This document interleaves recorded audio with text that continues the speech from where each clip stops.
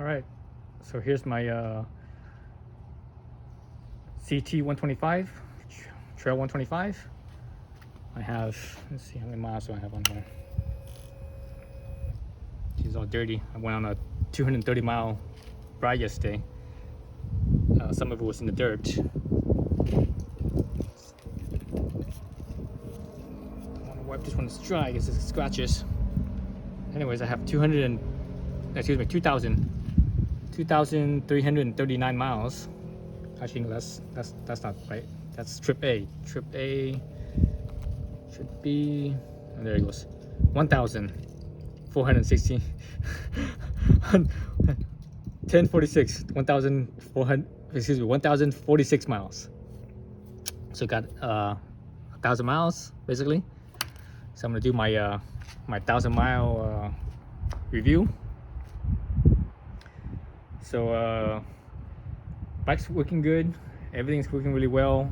I did my valve adjustment around 700 miles, and also did the oil change, another oil change around that time too. The exhaust was tight. I can't remember what the intake side was. But anyways, after I did the valve adjustment and oil change, and also clean and lube the chain, it ran like really smooth, really smooth. I was like, wow. And you know, and by then the motor was pretty broken in. You know, by now it's mostly broken in already. You know, it's I wouldn't say it's 100% broken in, but it's pretty close. It's probably 95, 99 or whatever. You know, almost 100% broken in. And everything's working out really well. It's real smooth. So yeah, so I like the bike. It's a fantastic bike. You know, this is basically a 50-mile-an-hour bike. It'll do 55 if the conditions are right. But you know, that being the word, if conditions are right, otherwise it won't. So I'm gonna say this is a 50-mile-an-hour bike. So essentially, it's like my old Elite 110. That was a 50-mile-an-hour bike as well. It could do a little bit more if, you know, conditions are right, but you know, you can't count on that, right? So did lots of stuff to it already. Engine wise, it's still pretty much stock. I did put in some fin valve covers, so that way it helps cool the engine a little better. Internally, I have the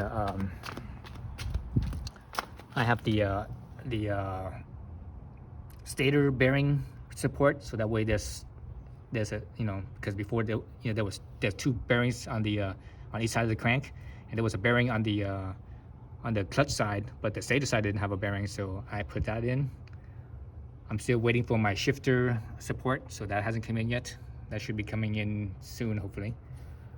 So that's the engine wise. Otherwise, it's pretty much stock, and I'm gonna leave it stock. I'm not gonna do anything with it. I don't plan on this thing being, you know, going any faster than 50. 50 is good for me. And also I plan on this being my adventure bike. So you know, you need that reliability, right? Other things I did so far is put on bigger tires. So this is 3-inch, same with the front, 3-inch, but it's a different tire. So this is a 3-inch IRC GP1s, GP1s, and 3-inch, all right, IRCs. Whereas the back is a 3-inch Shinkos, but they don't say Shinkos on them. They say what are they? They say Golden Boys, and Golden Boys are basically Shinkos. 244s, right? So the Shinkos are actually a little bit bigger, even though they're both the same, you know, supposedly the same size. But the Shinkos are actually a little bit bigger, a little bit meatier than the IRCs.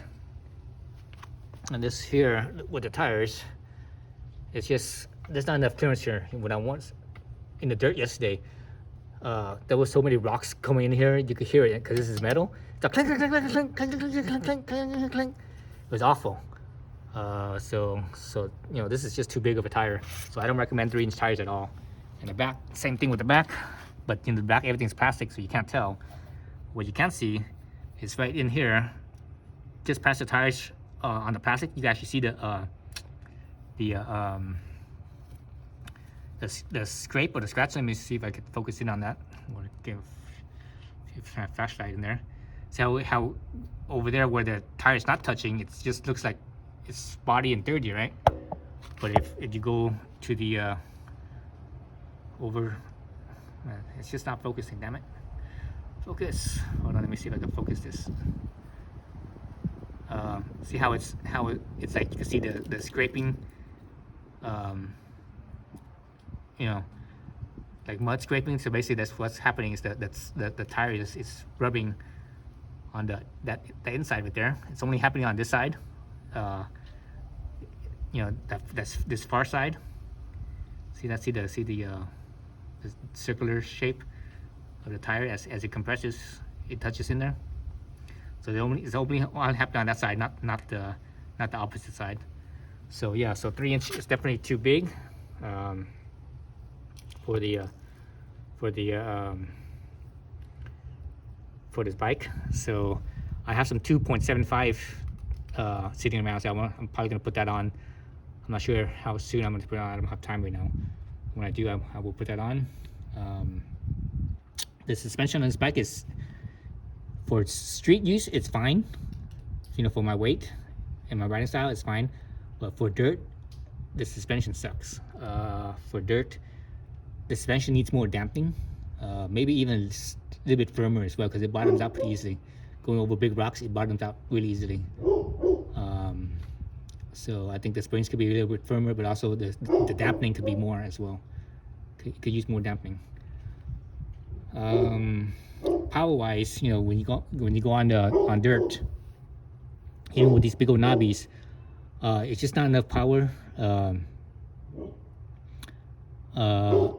Yesterday when I was going up some steep loose sections, I was on the gas, you know, from a dead stop. I was on the gas, and the bike revved up, but nothing happened. You know, it didn't move. So basically, the clutch was slipping. So I actually had to get my weight off the seat, and I had to kind of, you know, stand up a little bit to get the momentum going. Then I was able to kind of sit back in again, then to get going. So you know, you can solve that basically by going with smaller tires, you know, smaller diameter tires. So that way it could give you a little taller, shorter gearing. Shorter gearing, so you could, you know, you climb a little better, a little more wheel torque. But also changing the gearing on the it's chain and sprocket gearing. So what I'm gonna do is, because the front is a 14 and the back is a 39, I'm gonna leave the front as a 14. I don't want to go smaller in the front. That's a bad idea. It's better to go bigger in the back. So I'm probably gonna go with either a 40 or 41. I'm thinking 41 for dirt would be better, but 41 might be not good for street. But I won't really know until I try it. Because I don't want to lose my 50 miles an hour. You know, I don't want to turn this back into a 45 mile an hour bike. I want to keep it at a 50 mile an hour bike. So hopefully, if I go with a 41, it'll still be okay. But so I want to try that out. But you know, no one makes a 41 yet. I'm hoping JT Sprockets will come out with something soon. So gotta wait on that. Suspension wise, I actually do have a YSS suspension in the back that I haven't put on yet, so I'm gonna put that on sometime soon, I think. But I haven't gotten the front yet. I ordered it for the front already, but you know, it's not gonna supposedly it's not gonna get here until like March or some shit like that. So when I got it off eBay, I didn't look at the shipping date, but I should have looked at that. But you know, I was thinking, oh yeah, it'd probably take like a month, but it was like 3 months, because I ordered it back in December, like mid-December or something like that, and it's already past mid-January, so it's been over a month already. So it won't get here until March, like mid-March or something like that. So it's gonna be a while. So that's for the suspension. Let's see, what else did I do to this bike? I didn't do much of anything else. Let's see. Oh well, actually, I take that back. I did put on a rock guard for the headlights right here. But I need a windshield, and the windshield does help, even though this thing is tiny. You know, I'm a small guy, so it works for me. This windshield basically blocks.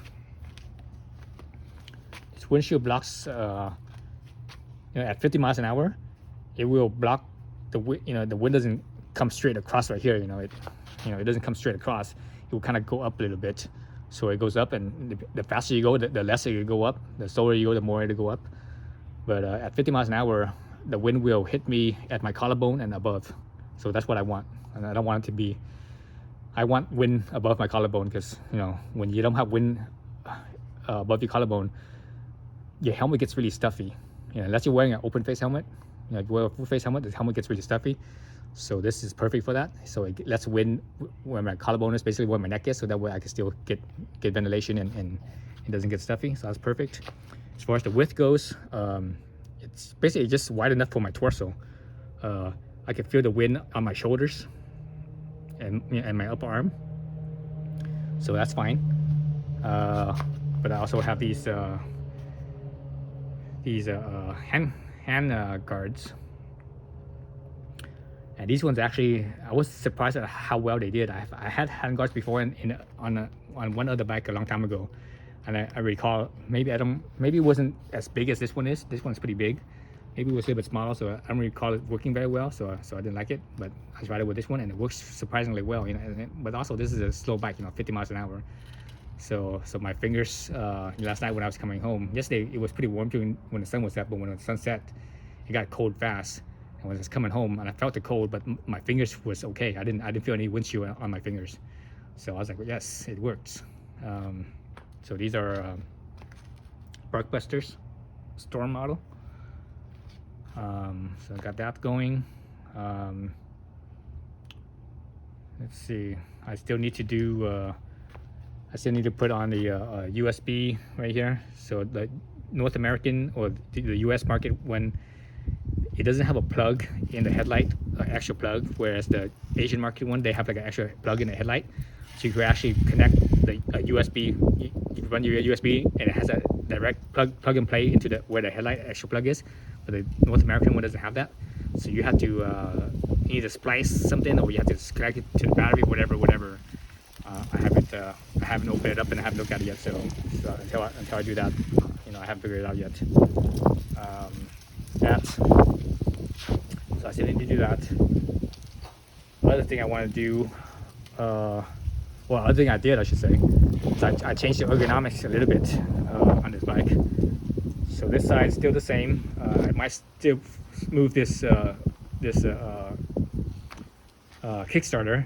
I might rotate it on the spine one teeth back, because it does this right here does kind of touch the heel of my boot. And I don't have big feet, you know, I'm a small guy. But also this right here touches my the cuff of my pants. Yesterday on that dirt ride, there were a bunch of times where the cuff of my pants were actually being hung up right here. So I'm probably gonna have to rotate it back one teeth on that, right? And on this side, the shifter, you see how straight this is.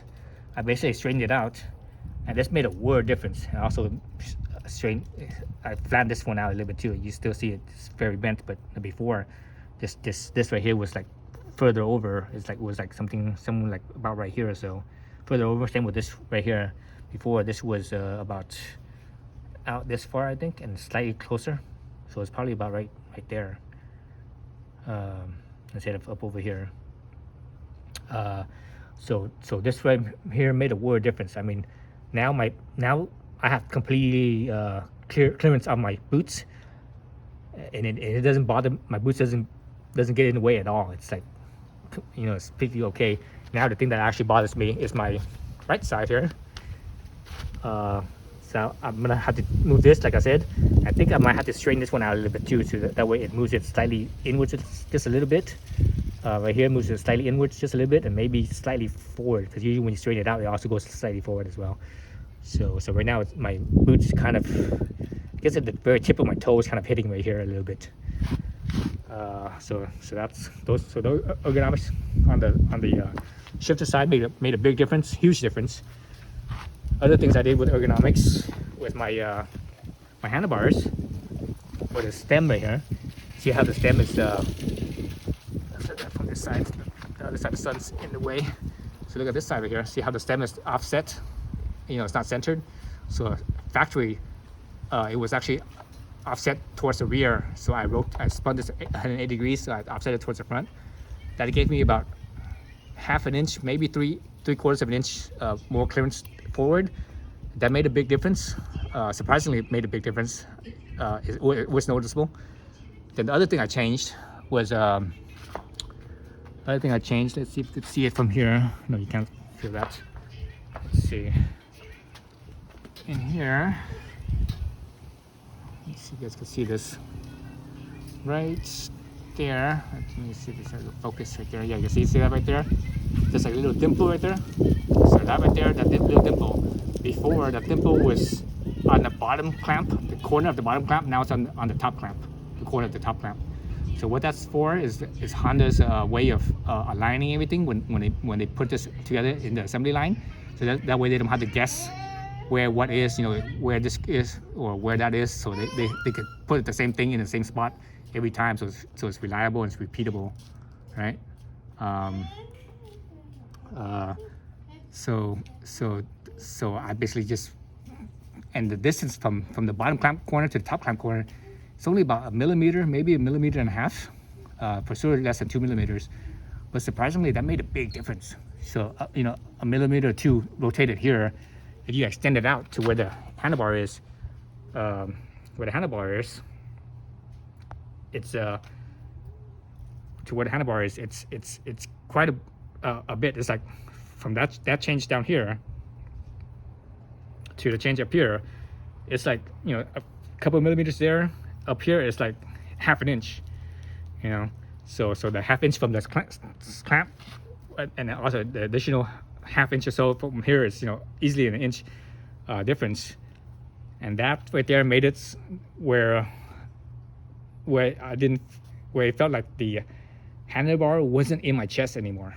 So at the stock setting, when I was riding around just sitting normal, the handlebar felt like it was in my chest. That's how close it felt. Now it doesn't feel like that. Now it feels like it's really roomy. So let's look at this. You actually see how forward it is, how it's rotated forward. And now the light here is actually kind of, if you actually look at it, it's actually not, the light's actually not vertical anymore. It's kind of like slanted, angled downwards now because of that change in the handlebar rotation, slight change. That also gave me more clearance or better coverage here on my handguard as well. Before, when it was, because I didn't change my handguard position, I put it as low as I can. And before, my finger on the bottom here was kind of exposed because of that change of the handlebar rotation. Now the bottom clearance here, how much protection I have here, it's the same as protection I have up here. So when I put my gloved hand here, this right here is like, this envelope here is right over my, covers over my glove, over my backhand, and this right here down here covers over my my fingers. So I have perfect wind protection there. Other thing that this front Ergonomics did was that because of that change, when I'm standing up on the bike, before at the stock position, when I was standing up on the pegs, I wasn't straight up. I was kind of like hunched over, and because the handlebar was so far back, it felt like it was in my hip. Now I could actually stand straight up, and I feel like I don't have to hunch over, and the handlebar doesn't feel like it's in my hip. So that was a big change. So for you bigger guys, especially taller guys, I should say, this might not be enough. You might have to get like a little bar raiser, and I think the cables here are long enough for probably like a 1 inch rise. If you get like a bar riser, but you definitely want to do this rotation, or this 180 rotation on the clamp, but also do the slightly forward rotation on the handlebars as well. That makes those things make a big difference. Besides putting say a 1 inch riser on here. Let's see what else. Overall, I'm really enjoying this bike. It's a fun bike. It would be nice if it was a little faster, but realistically, it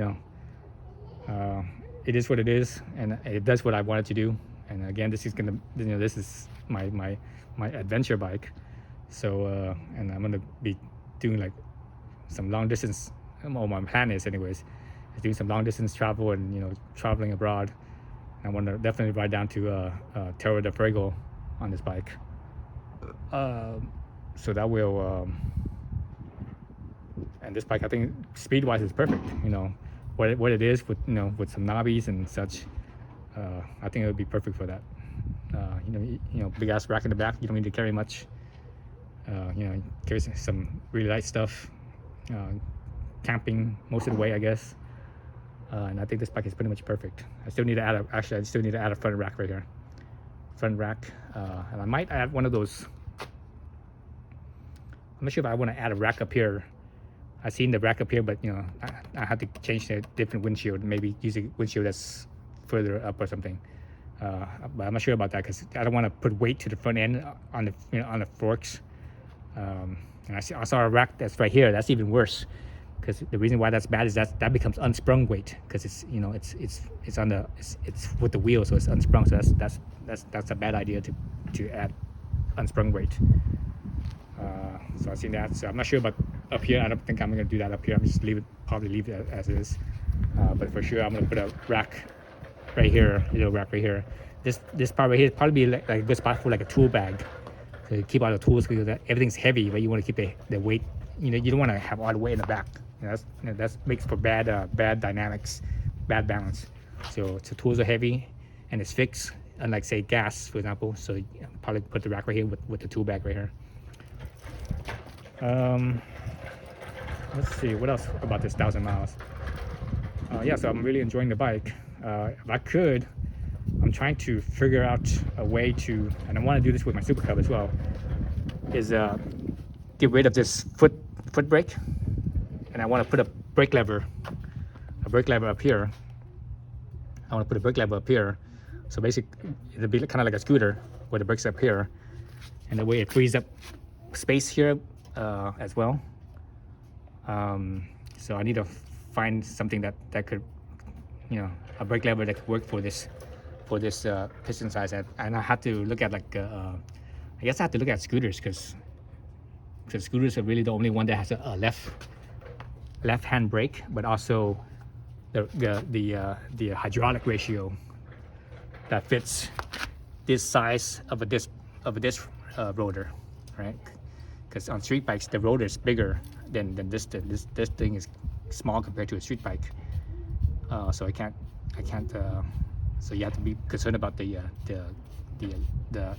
hydraulic ratio from the lever, master cylinder to the brake caliper. So I have to look at some scooters. So I haven't actually looked into that yet, but I will sometime soon, and I want to plan on doing that. Then obviously, you know, I have to get some custom line made to run from here all the way up to the brake lever. And so that should be a simple. I think that would be a simple thing. So that's one other thing I want to do. And I want to do that with my Super Cup as well. Gas mileage wise, so with this setup, the way it is right now, yesterday when I did my 230 mile ride, I only rode about maybe 5 miles of dirt, and the rest of it was just on pavement, back roads, wide open. And when I did that wide open, I calculated my gas mileage. It was getting bad gas mileage, especially with these tires, these oversized tires and knobbies. I was only getting about 84, 85 miles per gallon, so that's pretty bad. That's not much better than my my CB300. Just marginally better than my CB300. So I think once I get the proper, you know, a better size, smaller size tire, and smaller size tires would be more efficient.